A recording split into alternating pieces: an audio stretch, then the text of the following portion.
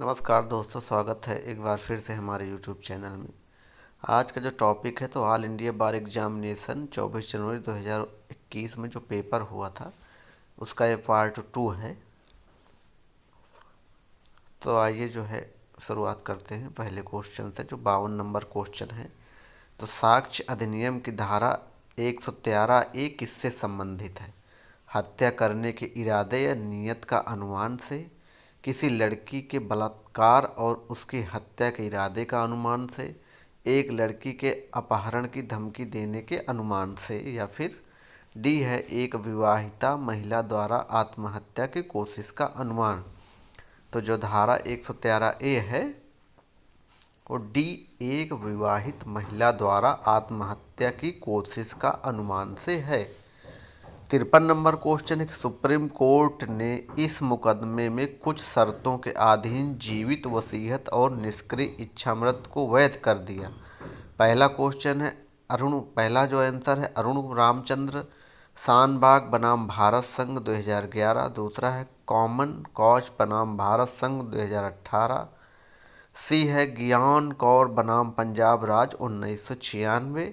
D है चिन्ना जगदीश्वर बनाम आंध्र प्रदेश राज्य 1988। तो इसका सही आंसर बी है कॉमन कॉज बनाम भारत संघ 2018 का केस। अगला क्वेश्चन है संविधान का अनुच्छेद 310 इसके बारे से संबंधित है, यानी कि संविधान का अनुच्छेद 10 किसके बारे में संबंधित है? सिविल सेवकों के संदर्भ में अप्रत्यक्ष दाताओं और उपकरणों का सिद्धांत, सिविल सेवकों के संदर्भ में वैध अपेक्षा का सिद्धांत, या फिर सी है सिविल सेवकों के संदर्भ में प्राकृतिक न्याय का सिद्धांत, और डी है सिविल सेवकों के संदर्भ में खुशी का सिद्धांत। तो सही आंसर डी है सिविल सेवकों के संदर्भ में खुशी का सिद्धांत से है। क्वेश्चन नंबर 55 है चुनाव में उम्मीदवारों के पूर्ववत जानने का अधिकार किस अनुच्छेद के तहत है? अनुच्छेद 19A, अनुच्छेद 20, अनुच्छेद 13 या फिर अनुच्छेद 13। तो इसका सही आंसर है अनुच्छेद 19A। अगला जो क्वेश्चन है क्वेश्चन नंबर 56 है भारतीय संविधान की प्रस्तावना में स्वतंत्रता की अभिव्यक्ति के साथ निम्नलिखित में से कौन से शब्द आते हैं? स्थित और अवसर। बी है विचारधारा अभिव्यक्ति धरना और आस्था और पूजा की। सी है व्यक्ति की गरिमा और आश्वासन देना। डी है न्याय सामाजिक आर्थिक और राजनीतिक। तो इसका सही आंसर बी है विचारधारा अभिव्यक्ति धरना आस्था और पूजा की स्वतंत्रता उसके साथ सम्मिलित है। क्वेश्चन नंबर 57 है कि प्ले ब्रांडिंग्स केवल उन अपराधों के संबंध में लागू होता है जिनके लिए कारावास की सजा की अवधि वर्ष तक है। 7 वर्ष, बी है 10 वर्ष, सी है 11 वर्ष, डी है 14 वर्ष। सही आंसर 7 है, 7 वर्ष तक की है। क्वेश्चन नंबर 58 है कि सीआरपीसी की धारा 195 को अगर आसान शब्दों में समझा जाए तो ऐसा प्रतीत होता है कि यह उस समय संचालन में आता है जब न्यायालय की सीआरपीसी की धारा 190A के तहत अपराध का संज्ञान लेना चाहता है और इसका पुलिस की वैधानिक शक्ति से कोई लेना देना नहीं है। जो एक संज्ञेय अपराध का खुलासा करता है, दूसरे शब्दों में संहिता के तहत जांच करने के लिए पुलिस की वैधानिक शक्ति किसी भी तरह से धारा 195 सीआरपीसी द्वारा नियंत्रित या प्रसारित नहीं होती। ऐसा सुप्रीम कोर्ट ने किस मामले में कहा था? तो मामले 4 हैं। ए है नालिनी बनाम तमिलनाडु राज्य, राज सिंह बनाम राज्य, शमशेर सिंह बनाम पंजाब राज्य, या राज्य हिमाचल प्रदेश बनाम तारा दत्ता। तो इसका सही आंसर भी है राज सिंह बनाम राज्य 1998 का मामला था। या फिर अगला क्वेश्चन नंबर 59 है। सवाल यह है कि ए बी को 1000 रुपये का देनदार है। साक्ष्य अधिनियम के तहत निम्नलिखित में कौन सा कथन प्रासंगिक है? ए है वह तथ्य जहां ए ने बी को पैसे उधार लेने के लिए कहा। बी है डी ने सी को एक उपस्थिति में उसे सुनते हुए कहा, मैं आपको ए पर भरोसा नहीं करने की सलाह देता हूँ क्योंकि उसके पास बी का 10,000 रुपये का बकाया है। सी है बिना कोई जवाब दिए चला जाता है। डी है उपरोक्त सभी। तो इसका सही आंसर डी है उपरोक्त सभी। इस तरह की, अगला क्वेश्चन जो है कि इस तरह की बहुत सारी जानकारी चाहे वह कबूलनामे को प्रतिपादित करती हूँ या फिर नहीं, जो कि पुलिस द्वारा खोजे गए तथ्य से अलग हो, इसके अंतर्गत सिद्ध की जा सकती हैं। साक्ष्य अधिनियम की धारा 25, साक्ष्य अधिनियम की धारा 26, या सी है साक्ष्य अधिनियम की धारा 27, डी है साक्ष्य अधिनियम की धारा 29। तो इसका सही आंसर सी है साक्ष्य अधिनियम की धारा 27। अगला क्वेश्चन है कि जब न्यायालय को विदेशी कानून या विज्ञान या कला के बिंदु पर या हस्तलिखित या उंगली के छापों की पहचान के रूप में एक राय बनानी होती है, तो उस बिंदु पर विशेष रूप से कुशल व्यक्ति की राय, जो कि विशेष रूप से ऐसे विदेशी कानून, विज्ञान या कला की लिखावट या उंगली छापों की पहचान में कुशल है, को प्रासंगिक तथ्य माना जाएगा। यह तथ्य साक्ष्य अधिनियम के किस धारा के अंतर्गत आता है? धारा 45, बी है धारा 45, ए है धारा 42 और सी है धारा 50, या फिर डी है धारा 55। इसका सही आंसर बी है धारा 45 के अंतर्गत आता है। अगला क्वेश्चन है 62 नंबर की, जानबूझकर और झूठ बोलकर बी को यह विश्वास दिलाता है कि जमीन का कोई हिस्सा उसका है और वह बी को वह जमीन खरीदने और उसका भुगतान करने के लिए प्रेरित करता है। बाद में जमीन ए की संपत्ति बन जाती है और ए यह कहकर बिक्री रोक देता है कि बेचने के समय वो जमीन उसकी नहीं थी, उसे अपने इस मालिकाना हक को साबित करने के लिए अनुमति नहीं दी जाएगी। साक्ष्य अधिनियम की कौन सी धारा लागू होती है? धारा 92, बी है धारा 124, सी है धारा 115 और डी है धारा 101। तो इसका सही आंसर सी है धारा 115। 63 नंबर क्वेश्चन है मध्यस्थता अधिनियम 1996 निरस्त करता है। मध्यस्थता अधिनियम 1940 को, मध्यस्थता प्रोटोकॉल और कन्वेंशन अधिनियम 1937 को, या विदेशी पुरस्कार मान्यता और प्रवर्तन अधिनियम 1961 को। फिर डी है उपरोक्त सभी। तो इसका सही आंसर है उपरोक्त सभी।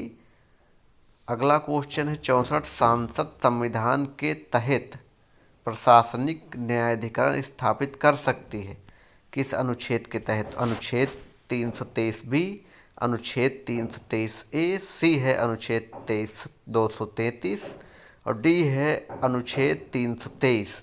इसका सही आंसर है अनुच्छेद 223 बी नंबर। अगला question, bar council of India अधिवक्ताओं के लिए पेशेवर आचरण और शिष्टाचार के लिए मानकों का निर्धारण इसके अंतर्गत करता है। अधिवक्ता अधिनियम 1961 की धारा 3 के अंतर्गत, अधिवक्ता अधिनियम 1961 की धारा 7(1) बी के अंतर्गत, अधिवक्ता अधिनियम 1961 की धारा 17 के अंतर्गत, या डी है अधिवक्ता अधिनियम 1961 की धारा 18 के अंतर्गत। तो इसका सही आंसर बी है अधिवक्ता अधिनियम 1961 की धारा 7 बी के तहत।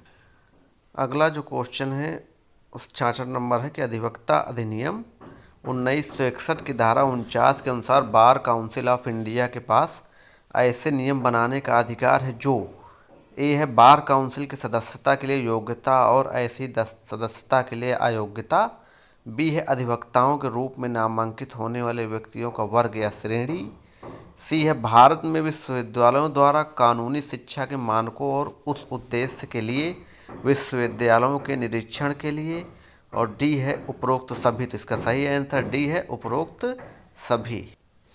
अगला क्वेश्चन 67 नंबर है कि इंडिया जो कि भारत है एक क्या है? संघीय राष्ट्र है, क्वासी संघीय राष्ट्र है, या राज्यों का संघ है, या फिर डी है एक विशेष प्रकार का एकात्मक राष्ट्र है। तो इसका सही आंसर सी है राज्यों का संघ है इंडिया यानी भारत। अगला क्वेश्चन एमसी मेहता बनाम भारत संघ AIR 1987 SC 1086 Shri Ram fertilisers मुकदमे में अदालत ने यह फैसला किया था। तो इसका सही आंसर ए है कि उत्तोदर उन सभी क्षतिपूर्ति करने के लिए सख्ती से और पूरी तरह से उत्तरदायी है जो जहरीली गैस के रिसाव की दुर्घटना से प्रभावित हुए हैं, और इस तरह की देनदारी ऐसे किसी भी अपवाद के अधीन नहीं है जो प्रत्यक्ष रूप से कठोर दायित्व के अत्याचारी सिद्धांत का संचालन करती है। तो ये MC मेहता बनाम भारत संघ के मामले में फैसला किया गया था। अगला जो क्वेश्चन नंबर 69 है कि पर्यावरण संरक्षण अधिनियम 1966 के अनुसार पर्यावरण प्रदूषण का मतलब क्या है? किसी भी ठोस, तरल या गैसीय पदार्थ में मौजूद ऐसी मिलावट, संकेंद्रण जो पर्यावरण के लिए सहायक हो या हो सकता है। बी है इस तरह के मिलावट संकेंद्रण जो मौजूद मात्र गैसीय पदार्थ जो कि पर्यावरण के लिए हानिकारक हो सकता है। सी है किसी भी ठोस, तरल या गैसीय पदार्थ के मौजूद ऐसी मिलावट संकेंद्रण जो पर्यावरण के लिए हानिकारक हो सकता हो। डी है किसी भी ठोस या तरल पदार्थ में मौजूद ऐसी मिलावट संकेंद्रण जो पर्यावरण के लिए हानिकारक हो सकता है। तो इसका सही आंसर सी है किसी भी ठोस, तरल या गैसीय पदार्थ में जो मौजूद है मिलावट संकेंद्रण जो पर्यावरण के लिए हानिकारक हो सकती है। अगला क्वेश्चन नंबर 70 है कि राष्ट्रीय हरित अधिकरण अपने अधिकार क्षेत्र का प्रयोग किस संदर्भ में प्रयोग नहीं कर सकता? वन्य जीव संरक्षण अधिनियम 1972 के तहत, shaded tribes and other traditional forest development one right की मान्यता अधिनियम 2006 के तहत, या सार्वजनिक देय बीमा अधिनियम 1991 के तहत। तो सही आंसर ए और बी दोनों हैं। वन्य जीव संरक्षण और वन राइट की मान्यता अधिनियम 2006 के तहत नहीं कर सकता है। अगला क्वेश्चन है 71 नंबर कि इलेक्ट्रॉनिक संचार में एक भरोसेमंद इकाई के रूप में पहचान करके उपयोगकर्ता द्वारा नाम, पासवर्ड और क्रेडिट कार्ड विवरण और कभी कभी अप्रत्यक्ष रूप से धन के रूप में संवेदनशील जानकारी प्राप्त करने के प्रयास को किस रूप में जाना जाता है? इंटरनेट धोखाधड़ी के रूप में, या संदेश भेजकर धोखाधड़ी के रूप में, या धोखा या ठगना कहा जाएगा, या फिर इलेक्ट्रॉनिक मेल भेजकर धोखाधड़ी। तो इसका सही आंसर सी है, धोखा या ठगना कहा जाएगा।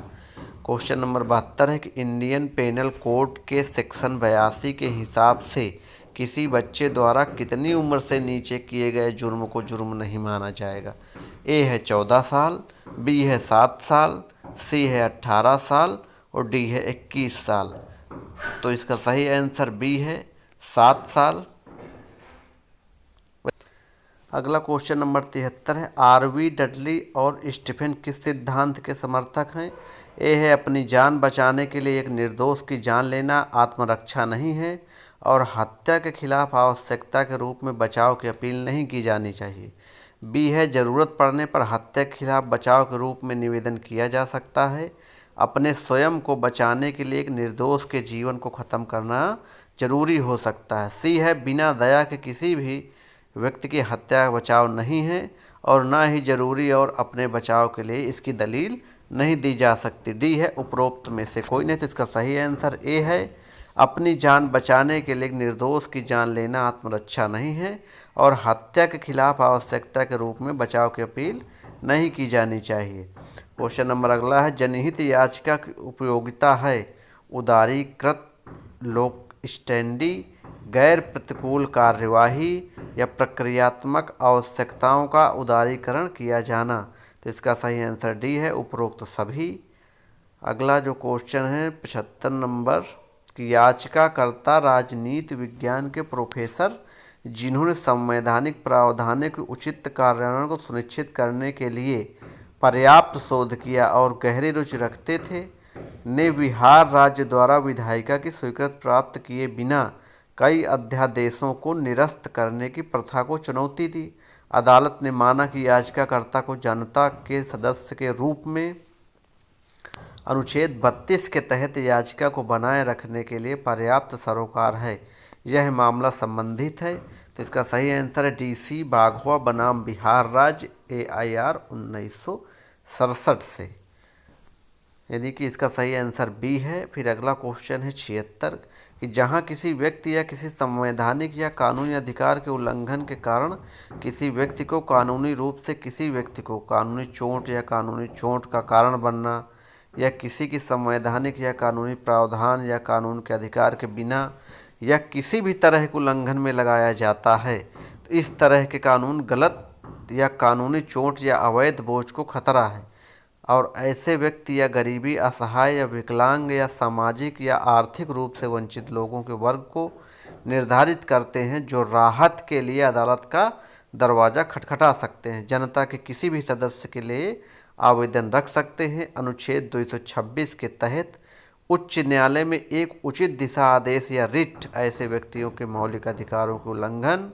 या व्यक्तियों के वर्ग का निर्धारण करने के मामले के अनुच्छेद 32 के तहत इस मामले में कानूनी गलत या कानूनी चोट के लिए न्यायिक निवारण की मांग व्यक्ति या व्यक्तियों द्वारा निर्धारित करता है। जस्टिस भगवती ऐसा किस मामले में कहा? People's Union for Democratic Right बनाम भारत संघ, या अशोक कुमार पांडे बनाम वेस्ट बंगाल, या एसपी गुप्ता बनाम भारत संघ, और डी है जनता दल बनाम एचएस चौधरी। तो इसका सही आंसर सी है एसपी गुप्ता बनाम भारत संघ। अगला क्वेश्चन है, क्वेश्चन नंबर 77 है, झूठे या घिनौने दावों को या बचाव के संबंध में पूरक लागत का आरोपण निपटाया जाता है। सिविल प्रक्रिया संहिता धारा 33 में, सिविल प्रक्रिया संहिता धारा 35A में, सी है सिविल प्रक्रिया संहिता धारा 30, और डी है सिविल प्रक्रिया संहिता की धारा 35 में। तो इसका सही आंसर है सिविल प्रक्रिया संहिता की धारा 35A बी में। अगला क्वेश्चन है कि नागरिक प्रक्रिया संहिता के तहत कौन सा प्रावधान प्रतिवादी पर सम्मन की प्रतिस्थापित सेवा से संबंधित है? 05R19A या फिर 05R19, सी है 05R20, या डी है 05R21। तो इसका सही आंसर है सी 0.5R20 यानी 20। और 79 है, अन्य बातों के अलावा बार काउंसिल ऑफ इंडिया की कार्यवाही में अधिवक्ताओं के लिए पेशेवर आचरण और शिष्टाचार के मानक शामिल हैं। ऐसा अधिवक्ता अधिनियम की किस धारा के तहत है? तो इसका 4 आंसर है। ए है धारा 7, बी है धारा 8, सी है धारा 9, या डी है धारा 6। तो इसका सही आंसर है धारा 7 ए। क्वेश्चन नंबर 80 है कि न्यायमूर्ति एबॉट पैरी के अनुसार वकालत के 7 दीपक क्या हैं?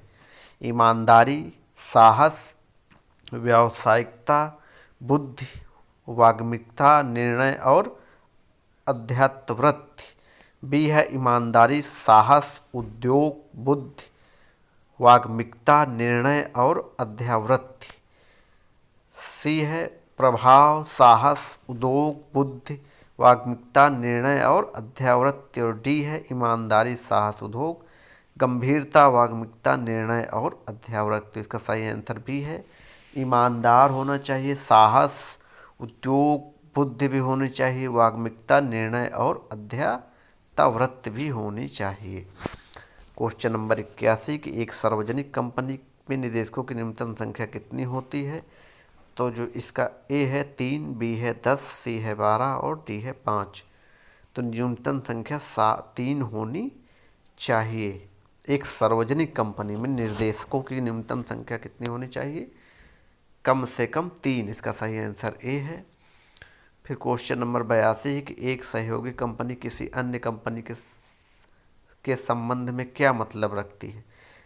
ए है एक ऐसी कंपनी जिसमें अन्य कंपनी का महत्वपूर्ण प्रभाव होता है, लेकिन जो कंपनी का एक सहायक कंपनी है जिसमें ऐसा प्रभाव होता है और इसमें एक संयुक्त कंपनी शामिल होती है। बी है एक ऐसी कंपनी जिसमें अन्य कंपनी का एक महत्वपूर्ण प्रभाव होता है, लेकिन जो इस तरह के प्रभाव वाली कंपनी की सहायक कंपनी है नहीं है और इनमें से एक संयुक्त उद्यम कंपनी शामिल है। सी है एक ऐसी कंपनी जिसमें अन्य कंपनी का एक महत्वपूर्ण प्रभाव होता है, लेकिन जो इस तरह के प्रभाव वाली कंपनी की सहायता कंपनी नहीं है और इसमें एक संयुक्त कंपनी शामिल है। तो इसका सही आंसर बी है एक ऐसी कंपनी जिसमें अन्य कंपनी का एक महत्वपूर्ण प्रभाव है, लेकिन जो इस तरह के प्रभाव वाली कंपनी की सहायक कंपनी नहीं है और इसमें एक संयुक्त उद्यम कंपनी शामिल है। क्वेश्चन नंबर 83 है कि सूचना प्रौद्योगिकी अधिनियम की धारा 66A को किस मामले में असंवैधानिक ठहराया गया था? जस्टिस KS पुट्टास्वामी बनाम भारत संघ के मामले में, या MP शर्मा बनाम सतीश चंद्र के मामले में, या फिर श्रेया सिंघल बनाम भारत संघ के मामले में, या फिर डी है गगन हर्ष शर्मा बनाम महाराष्ट्र संघ। तो इसका सही आंसर सी है श्रेया सिंघल बनाम भारत संघ के मामले में असंवैधानिक ठहराया गया था। क्वेश्चन नंबर 84 कि एक शिक्षक औद्योगिक विवाद अधिनियम के दायरे में काम करने वाला कामगार नहीं है, ऐसा इस मामले में माना गया था। तो इसका सही आंसर सी है, ए सुंदर बाल बनाम गोवा सरकार के मामले में। फिर है क्वेश्चन नंबर 85 कारखाना अधिनियम के अनुसार ए है बच्चे का अर्थ है कि एक व्यक्ति जिसने अपनी 15वीं वर्ष की आयु पूरी नहीं की। बी है बच्चे का अर्थ है कि एक व्यक्ति जिसने 14वीं वर्ष की आयु पूरी नहीं किया है। सी है बच्चे का अर्थ है कि एक व्यक्ति जिसने अपनी 18वीं वर्ष की आयु को पूरा नहीं किया। डी है बच्चे का अर्थ है कि एक व्यक्ति जिसने अपनी 16 वर्ष की आयु को पूरी नहीं किया। तो इसका सही आंसर ए है, बच्चे का अर्थ यह है कि एक व्यक्ति जिसने अपनी 15वीं वर्ष की आयु को पूरा नहीं किया है। अगला क्वेश्चन नंबर 86 है कि आयकर अधिनियम के अनुसार शून्य कूपन बॉन्ड का अर्थ एक बॉन्ड है जो कि ए है किसी भी infrastructure capital company, infrastructure capital fund या पब्लिक सेक्टर कंपनी या शेड्यूल बैंक द्वारा 1 जून 2005 के दिन या उसके बाद जारी किया गया। बी है जिसके संबंध में इंफ्रास्ट्रक्चर कैपिटल कंपनी या इंफ्रास्ट्रक्चर कैपिटल फंड या पब्लिक सेक्टर कंपनी या शेड्यूल बैंक से परिपक्वता या छुटकारे से पहले कोई भुगतान लाभ प्राप्त नहीं होता है। सी है जो कि केंद्र सरकार सरकारी राजपत्र में अधिसूचना द्वारा निर्दिष्ट कर सकती है। इसका सही आंसर डी है, उपरोक्त सभी। फिर क्वेश्चन नंबर 87 है कि जीएसटी से संबंधित प्रविष्टि संविधान के इसमें अंतर्गत आती हैं। तो संविधान 100वां अधिनियम 16 के अंतर्गत आती है। इसका सही आंसर ए है कि संविधान 100वां अधिनियम 2016 के अंतर्गत आती है। क्वेश्चन नंबर 88 है कि अपात्र व्यक्तियों द्वारा मुकदमा निम्नलिखित में से किसके तहत निपटा जाता है। सिविल प्रक्रिया संहिता की धारा 44 के तहत, सिविल प्रक्रिया संहिता की धारा 33 के तहत या फिर सिविल प्रक्रिया संहिता की धारा 55 के तहत। डी है सिविल प्रक्रिया संहिता की धारा 22 के तहत। तो इसका सही आंसर बी है, सिविल प्रक्रिया संहिता की धारा 33 के तहत निपटाया जाता है अपात्र व्यक्तियों का मुकदमा। फिर 89 नंबर क्वेश्चन है कि समान लेन देन का हिस्सा बनने वाले तथ्यों की प्रासंगिकता इसके तहत निपटाई जाती हैं। साक्ष्य अधिनियम की धारा 6 के तहत। बी है साक्ष्य अधिनियम की धारा 17 के तहत। सी है साक्ष्य अधिनियम की धारा 18 के तहत। डी है साक्ष्य अधिनियम की धारा 20 के तहत। इसका सही आंसर ए है, साक्ष्य अधिनियम की धारा 6 के तहत निपटाया जाता है। 90 है जीएसटी कानून के तहत मुद्रा की परिभाषा में शामिल नहीं है। ए है लेटर ऑफ क्रेडिट। बी है मुद्रा मूल्य के लिए आयोजित मुद्रा। सी है पे ऑर्डर और डी है ट्रैवल चेक। तो इसका सही आंसर बी है, मुद्रा मूल्य के लिए आयोजित मुद्रा शामिल नहीं है। अगला क्वेश्चन है क्वेश्चन नंबर 91 है कि अनुच्छेद 279A के तहत जीएसटी परिषद किसके द्वारा गठित किया जाता है। ए है प्रधानमंत्री और उनकी मंत्रिपरिषद द्वारा। बी है राज्य के सम्मानित राज्यपाल द्वारा। सी है राष्ट्रपति द्वारा। फिर डी है संघ और राज्यों का सामूहिक निकाय के द्वारा। इसका सही आंसर सी है, राष्ट्रपति के द्वारा। क्वेश्चन नंबर 92 है अनुबंध की परिभाषा परिभाषित की गई है भारतीय अनुबंध अधिनियम की धारा 2A में, भारतीय अनुबंध अधिनियम की धारा 2H में या सी है भारतीय अनुबंध अधिनियम की धारा 2D में। डी है भारतीय अनुबंध अधिनियम की धारा 2G में। तो इसका सही आंसर बी है, भारतीय अनुबंध अधिनियम की धारा 2H में।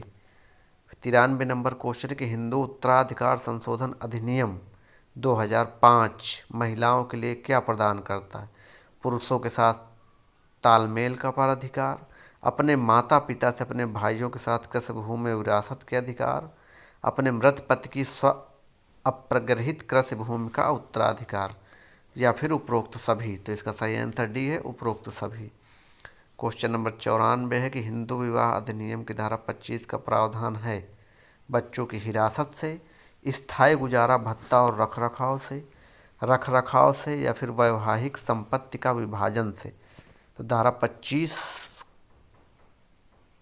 का प्रावधान है स्थायी गुजारा भत्ता और रखरखाव से, यानी इसका सही आंसर बी है। क्वेश्चन नंबर 95 कि एक हिंदू पंथी अपने बच्चे के साथ रह रही थी और अपनी सभी बच्चों का रखरखाव और भरण पोषण बहुत सालों से अपने पति के बिना किसी सहायता कर रही थी। इसके अंतर्गत अलग निवास और रखरखाव के हकदार है हिंदू दत्तक और रखरखाव अधिनियम की धारा 18(2)(f) के तहत। बी है हिंदू दत्तक और रखरखाव अधिनियम धारा 18(2)(d) के तहत। सी है हिंदू दत्तक और रखरखाव अधिनियम की धारा 18(2)(a) के तहत। और डी है हिंदू दत्तक और रखरखाव अधिनियम की धारा 18(2)(g) के तहत। तो इसका सही आंसर सी है हिंदू दत्तक और रखरखाव अधिनियम की धारा 18(2) के तहत अलग रहने के पात्र है या हकदार है। क्वेश्चन नंबर 96 है कि एक वैध गोद लेने के अनुरोध कोई गोद लेने के लिए मान्य नहीं होगा जब तक ए है गोद लेने वाले व्यक्ति गोद लेने के लिए क्षमता और अधिकार भी हैं, गोद लेने वाले व्यक्ति में ऐसा करने की क्षमता है। तो यह गोद लिया गया व्यक्ति गोद लेने लायक है और इस अध्याय में उल्लिखित अन्य शर्तों के अनुपालन में गोद लिया गया। इसके तहत उल्लेख किया गया है हिंदू दत्तक और रखरखाव अधिनियम की धारा 6 के तहत, हिंदू दत्तक और रखरखाव अधिनियम धारा 8 के तहत। सी है हिंदू दत्तक और रखरखाव अधिनियम की धारा 12 के तहत। डी है हिंदू दत्तक और रखरखाव अधिनियम धारा 10 के तहत। इसका सही आंसर ए है हिंदू दत्तक और रखरखाव अधिनियम धारा 6 के तहत। अगला क्वेश्चन नंबर 97 है कि the Muslim women protection of right of marriage act 2019 के अनुसार मुस्लिम पति द्वारा अपनी पत्नी पर अधिनियम के तहत परिभाषित किए गए किसी भी प्रकार के तलाक का उच्चारण शब्दों में या लिखित या इलेक्ट्रॉनिक रूप में या अन्य किसी भी तरीके से किया जाएगा तो उसका कोई मतलब नहीं होगा, हस्तक्षेप योग्य होगा। सी है संयोजनीय है। डी है उपरोक्त सभी। तो इसका सही आंसर डी है कि उपरोक्त सभी है। फिर क्वेश्चन नंबर अगला है मॉडल कानून और नियम मध्यस्थता अधिनियम का हिस्सा नहीं है ताकि अधिनियम के प्रावधानों को बाधित करने के लिए एक सहायक बन सके, ऐसा किस मामले में माना गया था। पहला है ए है यूनियन ऑफ इंडिया बनाम East Coast Bold Builders and Engineer Limited. B है यूनियन ऑफ इंडिया बनाम MC मेहता।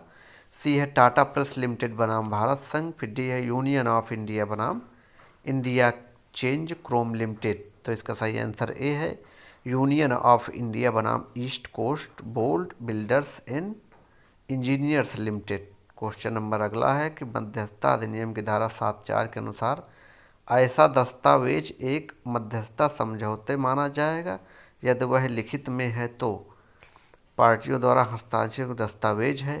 बी है इलेक्ट्रॉनिक माध्यम से संचार सहित पत्र, टेलेक्स, टेलीग्राम या दूरसंचार के अन्य साधनों का आदान प्रदान जो समझौते का अभिलेख प्रस्तुत करता है। सी है दावे और बचाव के बयान का एक आदान प्रदान जिसमें समझौते का अस्तित्व एक पक्ष द्वारा आरोपित किया जाता है और दूसरे पक्ष द्वारा इनकार नहीं किया जा सकता।